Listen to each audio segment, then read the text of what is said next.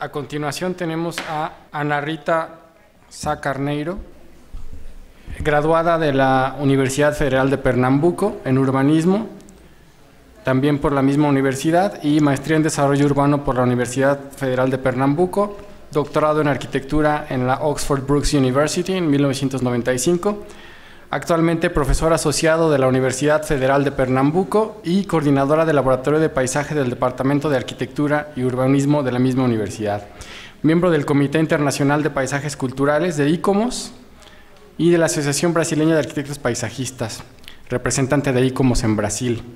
Es líder del grupo de investigación de Jardines Burle Marx y de Pensar el Paisaje.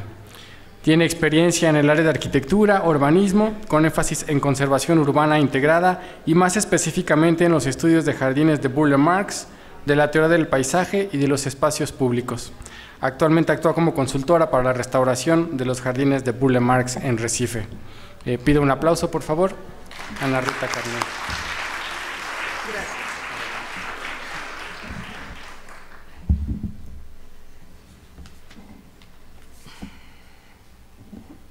Buenos dias, bom dia. Quero pedir desculpas a todos por não estar falando aqui com vocês em... Espero que... To everybody. Vocês podemos integrar uma linguagem, né? E vamos... Because I cannot speak English. Vou tentar falar um pouco mais devagar. And I'm gonna try. The interpreter do not speak Portuguese, and she's gonna try to translate what the speaker is saying into English. So Michelle is from the... Por todo esforço de reunir, né, tantas pessoas de destaque e também por defender, né, esse assunto que é muito crítico no mundo, mas que nós temos que nos esforçar muito por isso, em favor da paisagem dos jardins. Então, para mim também foi uma honra, né, representando o Laboratório da Paisagem, e ter Lúcia Veras, a professora Lúcia Veras, como parte de algumas atividades que também colaboraram para a organização dessa conferência, e também de sua participação na Carta da Paisagem das Américas e também de toda a comissão que ficou à frente dessa carta. Desde já, confiro aqui meus parabéns para todos. Então, o assunto, né, que vou tentar dizer aqui para vocês é sobre o método que Burle Marx construiu e que nós tentamos seguir isso, né, como algo de grande importância na pesquisa e no ensino da arquitetura da paisagem na Universidade Federal de Pernambuco, que fica no Nordeste do Brasil. Então, como mudou? Ali. Então, o próximo. Este postcard, um anúncio, né, de um postal que foi colocado, foi a Venezuela que fez, e chamou de o jardineiro da América, chamou Burle Marx assim, mas ele se dizia jardineiro, né, antes de tudo. Eu sou um jardineiro. E esse foi um cartaz que foi elaborado para a exposição dos 50 anos do Parque del Este, e que coincidiu com o centenário de Burle Marx também. Então, nessa exposição, ele foi chamado Jardineiro da América, e foi o título que nós defendemos nesse trabalho, Burle Marx, o Jardineiro das Américas, artializando a paisagem americana. O próximo. Bom, isso mostra um pouco do cotidiano de Burle Marx no sítio, que hoje é a Fundação Burle Marx, no Rio de Janeiro, em Barra de Guaratiba, né? Ele, como uma pessoa de diferentes artes, né? Escultor, desenhador de joias, paisagista, pintor, né?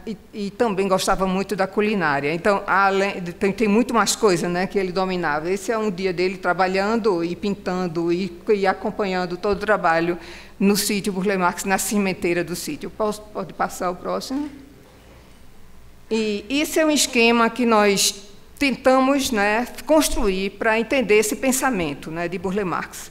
Na verdade, ele que estudava ecologia, cultura popular, ele tinha uma atração muito grande pela cultura popular, pela história da arte, e essa arte, essa botânica, né, esse conhecimento botânico que começou com a mãe dele, né, a mãe dele era pernambucana, da cidade do Recife, e ela, né, instruía muito ele, e ele foi, já desde pequeno, né, construindo esse olhar paisagístico. E o jardim começa a surgir já com essa instrução da mãe dele e da babá dele, Ana Piacsek, e a paisagem entra, né, nisso tudo, nessa compreensão do que é a paisagem e também as macropaisagens do Brasil, que ele procurou conhecer nas suas excursões botânicas. E tudo isso, né, a pintura, a arte refletindo na pintura, é uma representação, né, o jardim também é uma representação desse olhar paisagístico, desse pensamento e dessa consciência paisagística que Burle Marx tanto caminhou nela, e que isso tudo, quem facilitou essa interpretação desse olhar jardineiro foi Alain Roger. Então, o próximo esquema, o próximo slide, mostra exatamente isso. Alain Roger, o filósofo, né, francês, ele mostra como é uma operação artística que existe da natureza para a paisagem.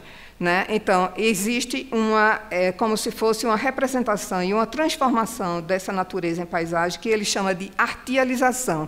Essa artialização ela é construída tanto em viso, na pintura, na escultura, né, na literatura, mas também in situ, que é o jardim concretizando essa artialização. E esse foi uma interpretação que nós fizemos, que Roger nos ajudou bastante a entender, né? Essa artialização em paisagem. Pode passar?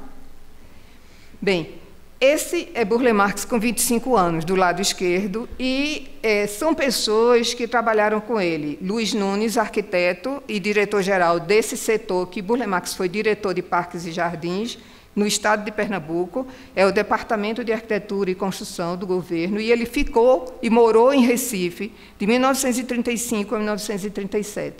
Então, ele diz, né, e já em 1985 ele confirma isso também, que foi nesse momento, né, com 25 anos, que ele já construiu esse pensamento paisagístico e esse olhar paisagístico com pessoas importantes que foram o arquiteto Luiz Nunes, o poeta e engenheiro Joaquim Cardoso, que foi o calculista de Brasília, das obras de Niemeyer, e ele, né, como diretor, e tendo um pensamento, que como foi se fazendo esse pensamento? Ele esteve na Alemanha, antes de ir para Recife, 1 ano e meio, e lá ele estudou, né, pintura e música, e evidentemente conheceu Gropius, esteve com Gropius e estudou um pouco, quer dizer, recebendo o conhecimento da Bauhaus. Enquanto isso, Luiz Nunes também tinha Hannes Meyer, que depois, inclusive, veio aqui para o México. Ele era diretor da Bauhaus, nesse tempo que Burle Marx esteve lá. E Luiz Nunes tinha uma comunicação através dos trabalhos de Hannes Meyer. Então, essa linguagem alemã ela esteve muito presente nessa construção do pensamento de Burle Marx. E ele confessa, né, os amigos de então me ajudaram a definir uma filosofia de trabalho, não apenas em relação à arquitetura paisagística, mas com respeito a todas as formas de manifestação artística. Então, como essa base foi sendo feita, né? Em Recife, isso começou ele trabalhando como funcionário do governo do Estado. Pode passar? O próximo? Sim. Então, essa é Recife hoje, e toda essa cidade aquática, né, encantou muito Burle Marx. E ele, primeiro, ele soube, né, percorreu a cidade, entendeu essa cidade aquática, né, e foi construindo. Isso, é claro, hoje, não foi assim que ele encontrou Recife. Então, Recife fica no nordeste do Brasil, está situado ali naquele mapa, vocês podem ver. Pode passar o próximo. O próximo, sim. E aí, um pouco também do centro da cidade, mostrando a ponta que vocês estão vendo, é uma área que se permaneceu até hoje, desde o século XVII, foi o Parque de Nassau, Parque de Friburgo, de Maurício de Nassau, e hoje é a Praça da República, com o Jardim do Campo das Princesas, do Palácio do Governo, e que houve a intervenção de Burle Marx em 1937. Né? Então, é considerado um jardim histórico, 2 jardins que foram tornados patrimônio cultural nacional em 2015. Pode passar? O próximo. Então, essas são pinturas, desculpa, tem que beber um pouquinho d'água. São desenhos de Burle Marx das cenas de bar, né, que ele frequentava na cidade do Recife, e ele admirava bastante, né, esse costume da população, das pessoas mais simples. Isso é em 30 e 40, pode passar. Isso tudo é como se fosse um conjunto de artes, né, que influem no pensamento dele. Pode passar o próximo. Mais desenhos dele, interpretando as pessoas simples, né, as pessoas que frequentavam essas áreas mais populares. Pode passar. O próximo.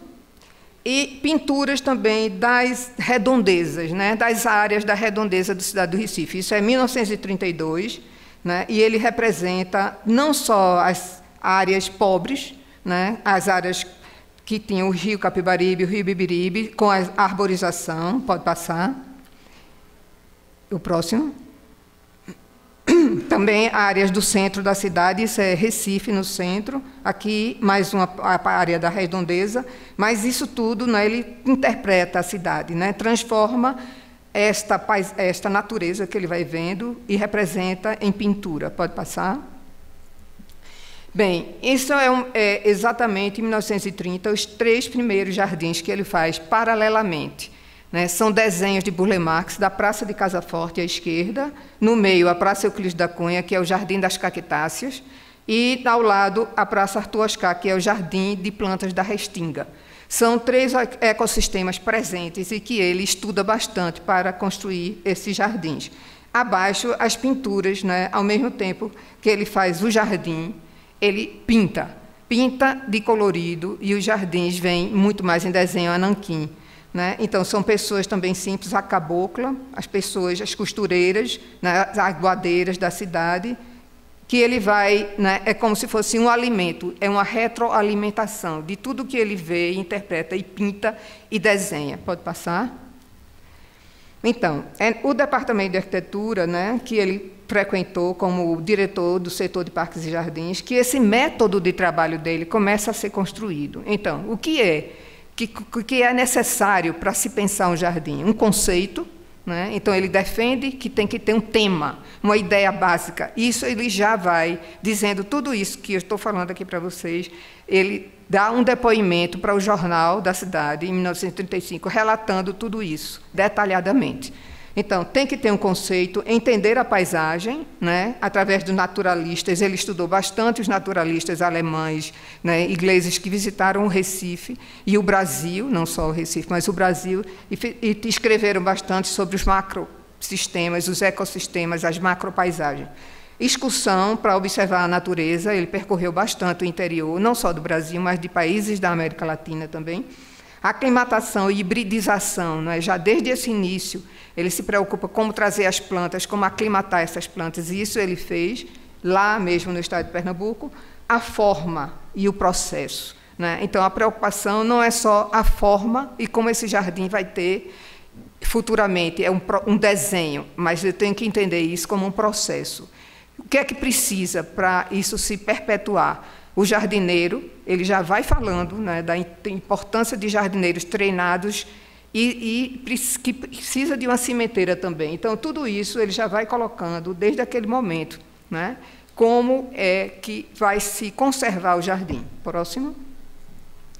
Então, esse aí é um desenho de Von Martius, que é um naturalista, né, que estudou a vegetação do Brasil, de 1911. Ele desenha isso, e vocês vão ver como o desenho de Burle Marx também, né, tem semelhanças com isso, procurando detalhar muito bem a vegetação. Inclusive, ele dizia, para que o jardineiro entendesse o projeto. Né? Então, ele estuda outros naturalistas também, para entender essas macro-unidades da paisagem brasileira. Pode passar o próximo. E essa é uma fotografia, né, da primeira excursão que ele faz, e já observando o ecossistema da Caatinga, que é no sertão do estado de Pernambuco, no interior do Brasil. Então, essa é a primeira excursão, e que ele pesquisa, né, as plantas da Caatinga para trazer para a cidade, né, e vai em loco e começa a interpretar. E ali também ele vai descobrindo essas espécies que deu o nome, né, a várias espécies, 30 e tantas espécies. Pode passar? Bem, ele declara também, né, que ele visitou esses jardins europeus, né, alemães, italianos, como o Palácio de Nymphenburg, o Jardim de Frascati e a Vila d'Este, que são italianos. E embaixo vocês veem o desenho da Praça de Casaforte, que é o desenho de Burle Marx, desenhado exatamente por ele, e que nós já conseguimos ver esse desenho clássico e renascentista, né? Só que a planta, você vê um corte embaixo e em cima também, mostrando todos os detalhes de como construir o jardim, né? Então, ele via que, mesmo tão jovem, né, e a vontade era grande de colaborar com isso e interpretar a paisagem, mas não tinha gente tão competente que depois ele diz, não é só um problema do Recife, é da América Latina, né, para se construir jardins. Pode passar? Então, aí é a Praça de Casaforte como o início da construção, né? Então, a gente vê bem desenhado esses grandes eixos, os grandes caminhos. É uma praça longitudinal, né? São dois jardins retangulares, dois lagos retangulares, que ele disse que ia criar um jardim da água e um lago central redondo, né? E essa foi a intenção dele. E que ele disse que o Kew Gardens, né, também inspirou muito ele nesse projeto. É o primeiro projeto que ele faz, de Recife. Pode passar.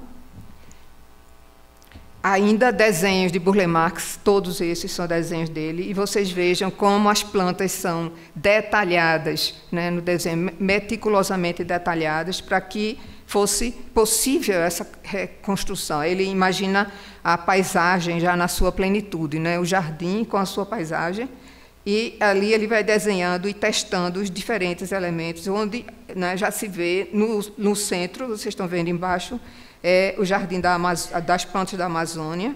Os retangulares são de plantas exóticas, que ele ainda mantém, né, um jardim de plantas exóticas e um jardim de plantas de diferentes ecossistemas americanos. Pode passar. Essa é a Praça de Casaforte depois da restauração, né? Ela foi restaurada em 2014, os lagos foram restaurados, porque a ideia se mantém, né? A praça está lá, ela é nessa foto, né, como se a gente estivesse totalmente envolvido, né, por essa vegetação que ele cria, que é densa, né, e é muito forte. Pode passar? Então, esse é o olhar jardineiro que nós estamos, né, perseguindo, tentando entender e tentando ensinar, né, para os alunos.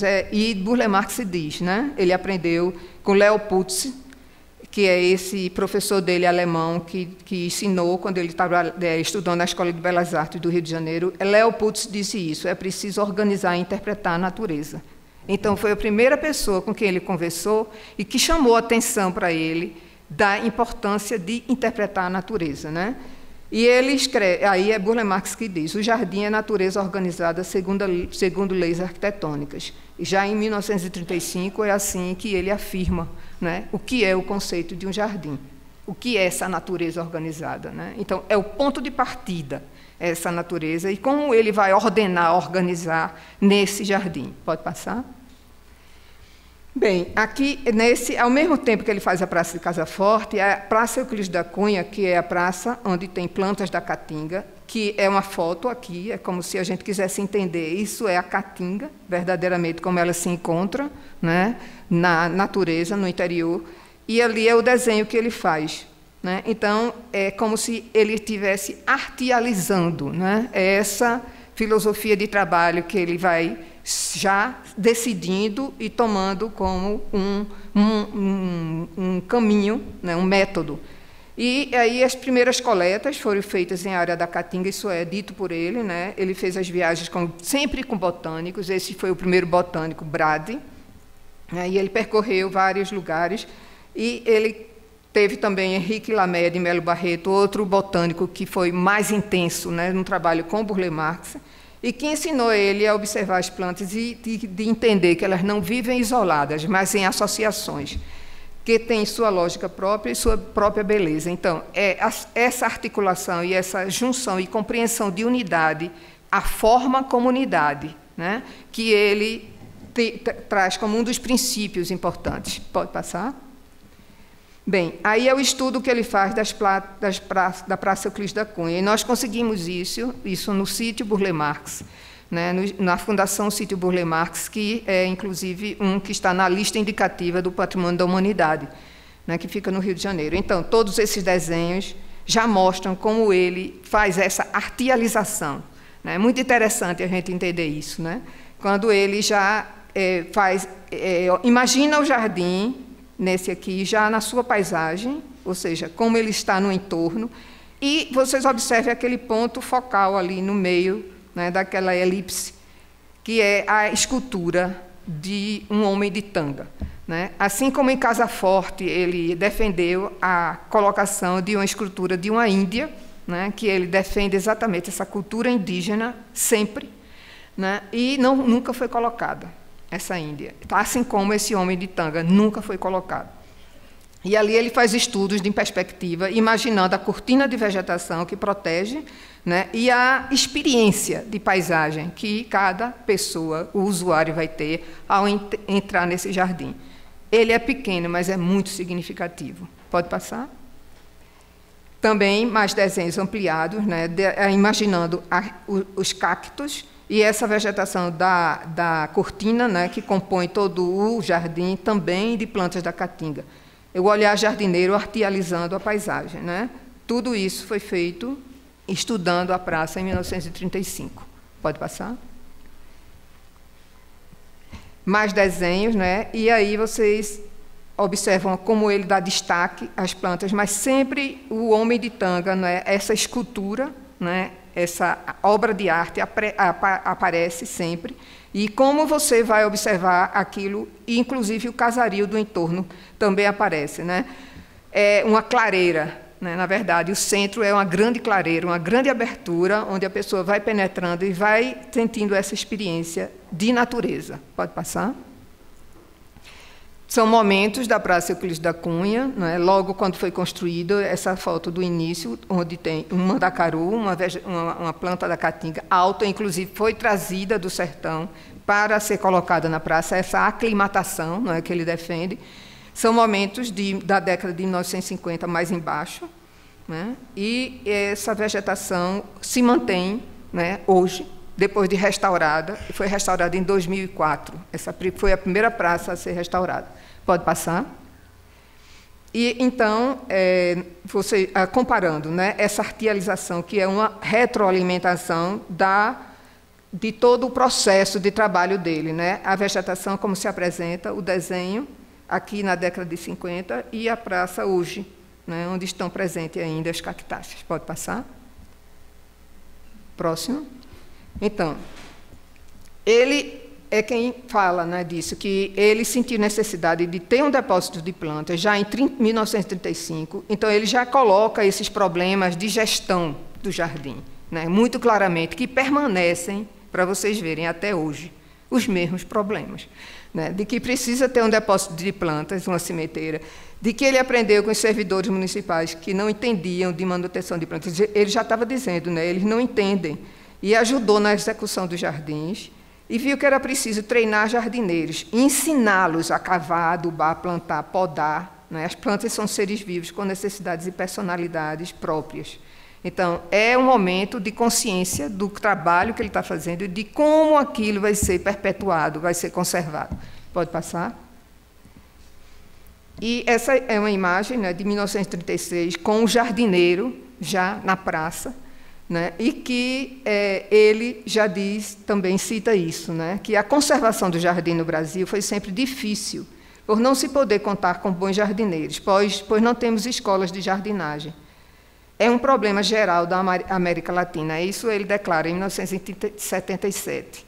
Né, e como a gente vê que, até hoje, nós temos esse problema seríssimo do jardineiro na conservação do jardim.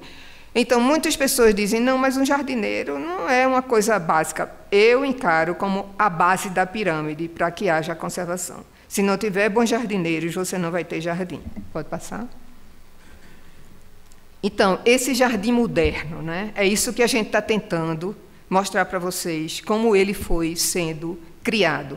Né? O que é esse jardim moderno? É um jardim híbrido, né? Ele não é só de plantas tropicais, né? Ele é de plantas tropicais e das exóticas também, embora ele tenha priorizado sempre as plantas regionais. É um gesto social e político, porque foi um jardim revolucionário, né? Como mais tarde ele faz outros, mas esse momento, no Recife, esse Jardim das Cactáceas, foi muito revolucionário. E é um despertar para inúmeras possibilidades de respostas ao corpo e ao espírito humano, né? Ele é quem já fala desse jeito, e nós interpretamos também. Então, a pintura, a arquitetura e a botânica, as plantas nativas e exóticas, a forma regular e a forma irregular, que depois ele parte para uma forma totalmente irregular, né, nas fases dele, tudo isso é híbrido, né? É o interior e é o litoral, com a presença das macropaisagens, e é a forma e o processo. Não é só a preocupação de fazer um jardim, desenhar um jardim, criar e inaugurar, é de como ele será mantido. Pode passar? Então, nós conseguimos elaborar esse esquema que a gente vai entender melhor, né? Então, a intenção de compreender a arte, a ecologia, a história, o estudo que ele fazia, né, profundo, que da cultura popular e do conhecimento das plantas é que vai, olhando a natureza, construindo esse olhar jardineiro. A natureza está ali, nesse primeiro quadrado que vocês veem. Ela é representada em viso, ele desenhava, né, muito o que ele via. Então, não é só no desenho da pintura, mas na tapeçaria, na culinária, né, nos murais. Ele era também um muralista, né? Tem muitos murais desenhados por Burle Marx. In situ, aquele é o projeto.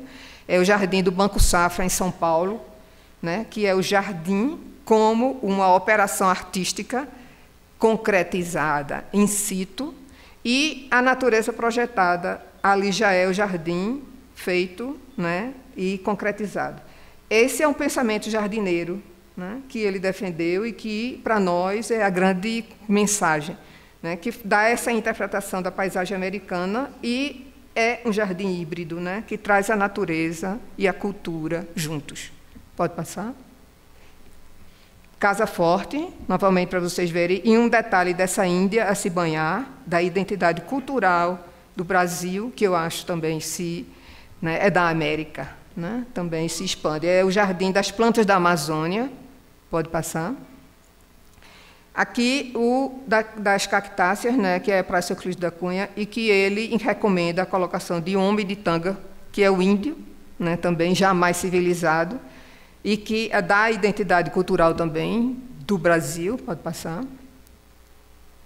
E mostrando aqui esses pontinhos vermelhos, né, no mapa do Brasil, quantas expedições botânicas ele fez, né, pelo interior, em vários momentos da carreira dele. Então, ele precisava ver nos ecossistemas, que aí tem a Caatinga, ali na direita, a Amazônia, né, o ecossistema da Amazônia, o Cerrado, a Mata Atlântica, no litoral, né, embaixo as araucárias, né, e os pântanos também, os planaltos também, naquela parte mais do sul do Brasil. Pode passar?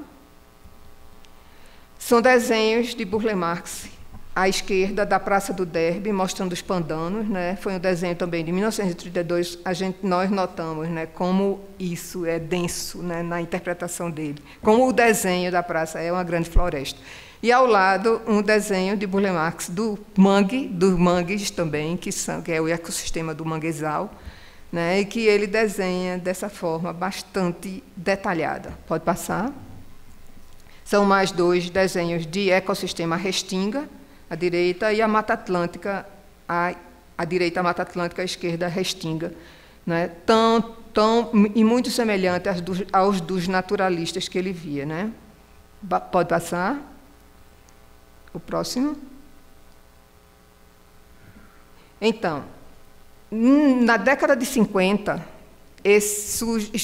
tem o projeto do Parque del Este, né? O Parque Francisco de Miranda, em Caracas, que ele é elaborado não só por Burle Marx, a Burle Marx associados, né, arquitetos associados, que dele participam também o chileno, Fernando Tábora, o brasileiro Maurício Monti, o paraguaio Júlio Pessolani e John Stoddart, que é o inglês, né? Então, o Parque del Este, por interpretar toda a cultura, né, venezuelana e ele trazendo à tona, né, toda essa história do país, mostrando os pátios espanhóis, que é naquela parte mais de cima, a gente vai ver no outro mapa.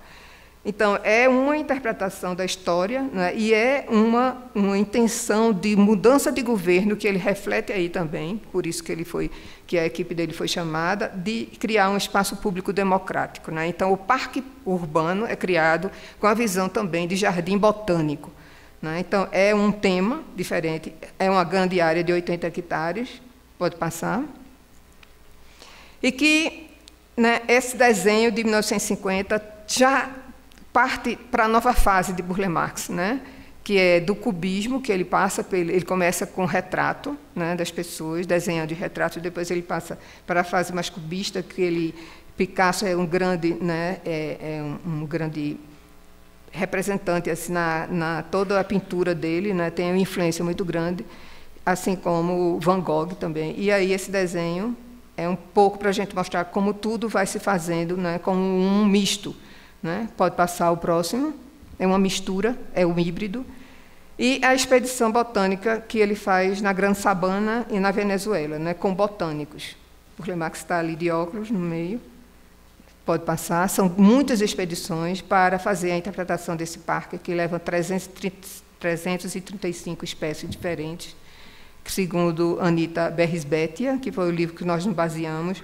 Né? E aí mostra a configuração das zonas, que na parte de cima são os jardins, né, dos pátios espanhóis, essa parte roxa, que é mais detalhada, onde se cria diferentes jardins, né, e também lagos, que para se ter uma experiência de paisagem, e ali também se encontra o planetário, né, e do lado esquerdo, o jardim xerofítico das cactáceas, né, e bromeliáceas, e aquela parte maior, mais a parte que interpreta uma floresta, né?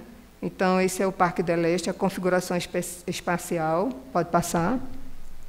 É um parque de muitas diferentes, né, paisagens, que Manuel Cabré, o pintor, né, que ele também estudou e olhou bastante, e imaginou aquele contorno que vocês estão vendo de vermelho, né, que é a montanha d'Ávila, né, como do parque, o usuário, né, o visitante, ele participa também dessa paisagem do entorno, né? E aí são os murais da entrada, logo do parque, e essa interpretação, né, de como a paisagem do entorno, né, dos parques nacionais da Venezuela estão presentes também nesse parque urbano, que é o Parque del Este. Pode passar?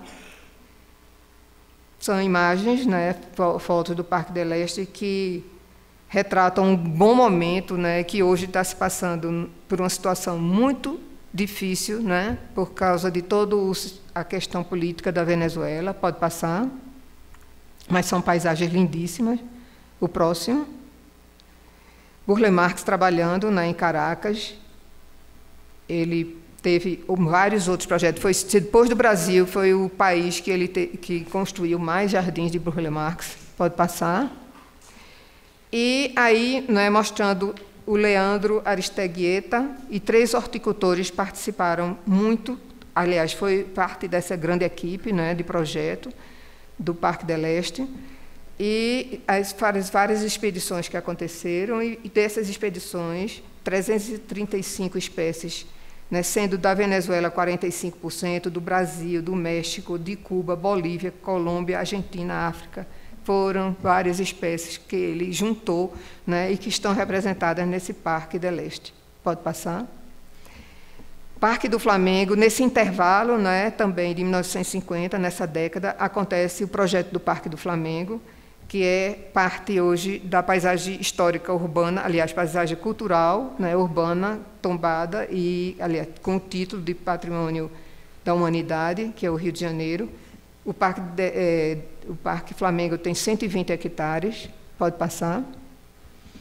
E, ao mesmo tempo, também, ele faz esse jardim muito interessante na cidade do Recife, que é a Praça Ministro Salgado Filho, né, que é de 1957. Aquele desenho à direita, de uma praça de 1 hectare, né, 1,61 hectare, é como se fosse um pequeno recorte do Parque del Este, né? Então, as Vitórias Régias estão aqui presentes, né? Também nesse jardim, que tinha toda uma inter-relação com o edifício do aeroporto, antigo edifício do aeroporto. Então, é como se fosse um conjunto, né, moderno, articulado, edifício e jardim. Pode passar. Mas, em 2002, houve a construção do novo aeroporto, né, que fica onde tem esse contorno vermelho que vocês estão vendo, e a praça, que está do lado esquerdo, que é aquela, né, aparece ali mais em detalhe, ela foi escanteada completamente desse projeto, né, do novo aeroporto. Então, isso tornou-se um problema seríssimo para a conservação desse jardim, que hoje é o que está em pior situação de conservação. Né? A relação com o edifício antigo, que é esse que está aqui, relacionada com ele, foi perdida. Esse edifício está isolado e sem função nenhuma. Né? Quando a concepção de conjunto de edifício e jardim é feita, né, ela tem que permanecer assim, porque um está articulado com o outro. E, dessa maneira, a praça está sofrendo seríssimos problemas de conservação. Pode passar?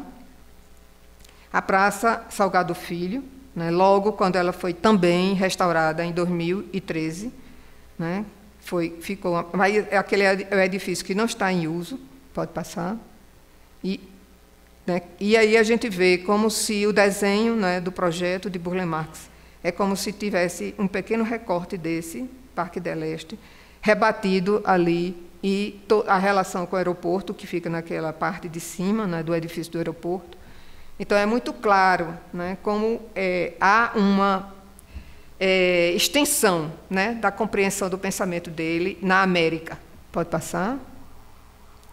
A Praça Salgado Filho, né, mostrando esse desenho sinuoso do lago que a gente vê perfeitamente, né, no Parque del Este.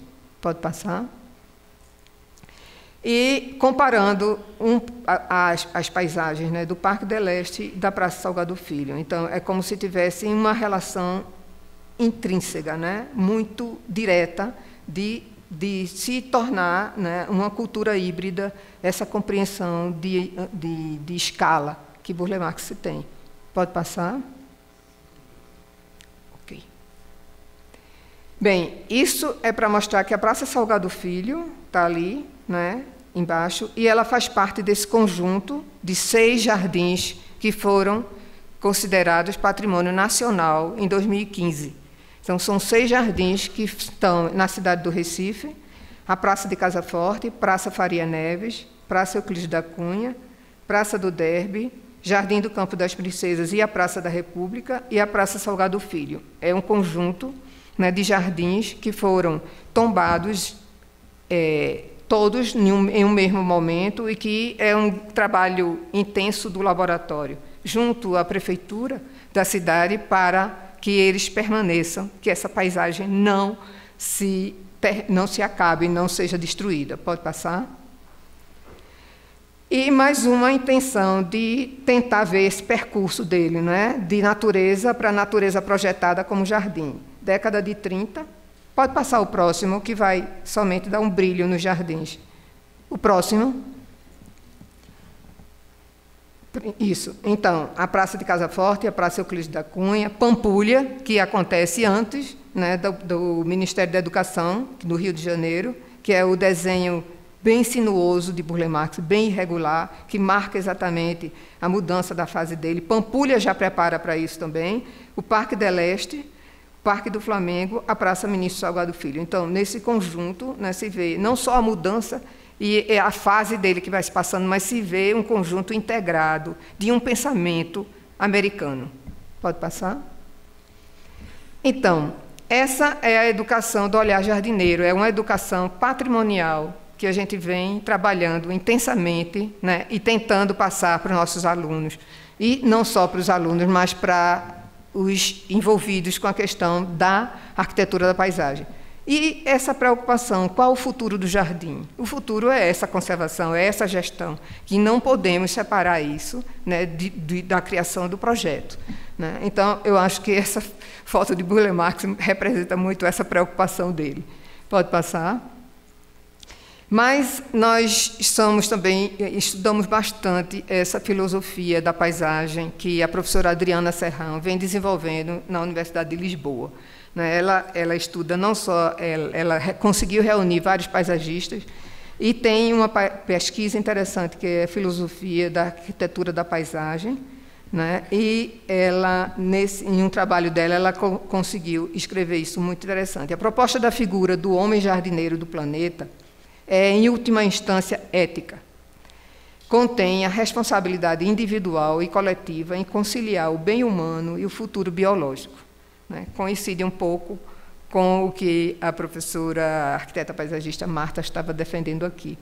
Então, nós temos que pensar, né, o pensamento jardineiro e o olhar jardineiro no planeta como um todo. Pode passar? O desenho, né, de Burle Marx e a sua representação no Parque do Ibirapuera, nós tentamos, né, mostrar um pouco isso. Esse é um desenho que ele faz, um dos últimos desenhos na vida dele. Ele falece em 1994. Pode passar.